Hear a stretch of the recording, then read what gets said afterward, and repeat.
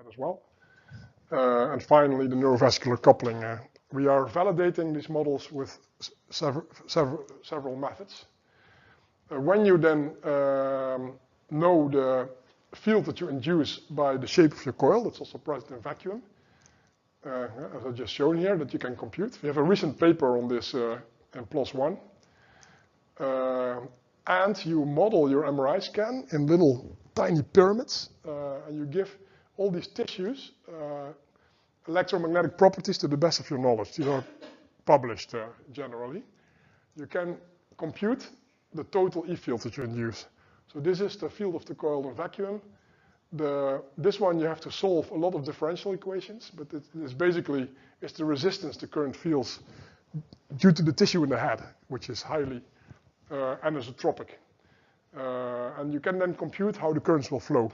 We even have a metric now of how it evokes activation. This is all in silica in a computer.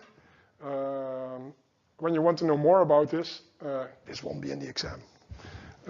You can read my recent review in Progress in Brain Research on how this works. There are a few groups in the world now trying this to gain a better understanding of what you're really doing. We also, here you see, for example, the effect of two coil types. We validated the coil model itself with phase mapping. For this, we needed the Chinese mobile phone chip because the timing of the pulse and what's going on with the scanner needed to be even tighter. And here we predicted what should happen with the phases of the protons. We validated this.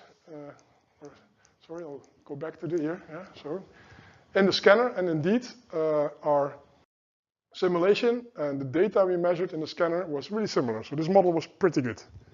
And this is quite nice. I'll go back to, sorry, yeah. So here you see our research group.